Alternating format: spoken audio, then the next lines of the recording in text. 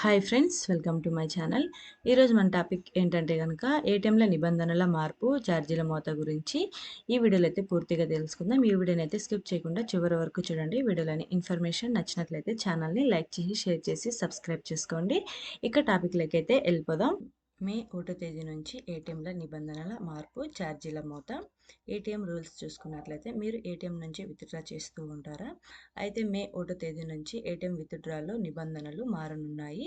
Reserve Bank of India RBI ఏటీఎంల విషయంలో కీలక నిర్ణయం తీసుకుంది. ఛార్జీలను పెంచేందుకు ఆర్బీఐ బ్యాంకులకు అనుమతి ఇచ్చినట్లు తెలుస్తోంది. మీకు ఏటీఎం నుంచి పదే పదే డబ్బులు తీసుకునే అలవాటు ఉంటే గన కొద్ది రోజుల్లోనే ఈ అలవాటు అనేది సరిదిద్దుకోవాల్సిగా ఉంటుంది. ఎందుకనగా మే 1 తేదీ నుండి ఏటీఎం నుండి డబ్బు తీసుకోవడం అనేది ఖరీదైనదిగా మారబోతోంది. ఏటీఎం ఇంటర్చేంజ్ ఫీజులు పెంచడానికి రిజర్వ్ బ్యాంక్ ఆఫ్ ఇండియా బ్యాంకులకు అనుమతి ఇచ్చినట్లు తెలుస్తోంది. దీని కారణంగా ఏదైనా ఉపసంహరణ జరిగితే లేదా హోమ్ బ్యాంక్ నెట్వర్క్లు వెలుపల ఉన్న ఏటీఎం నుండి బ్యాలెన్స్ తనిఖీ చేస్తే అది మీకు మునుపటి కంటే కొంచెం ఎక్కువ ఖర్చు అవుతుంది.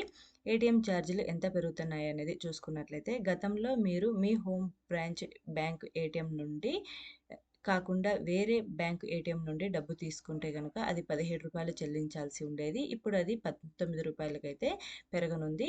ఇతర బ్యాంకు ఏటీఎం నుండి బ్యాలెన్స్ తనిఖీ చేయడానికి గతంలో రూ. 6 చెల్లించాల్సి ఉండేది. ఇప్పుడు అది రూ. 7కు పెరగనుంది.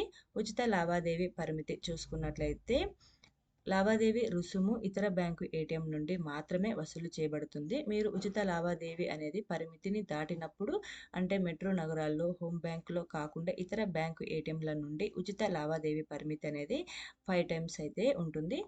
మెట్రో ఇతర నగరాల్లో ఉచిత లావాదేవీ పరిమితి అనేది 3 టైమ్స్ అనేది ఉంటుంది. National payment corporation of India NTPC అనేది పంపిన ఏటీఎం ఫీజులను ప్రతిపాదనను రిజర్వ్ బ్యాంకు ఆమోదించింది. ఇది ఫ్రెండ్స్ ఏటీఎంల ఛార్జీల గురించి. Thank you.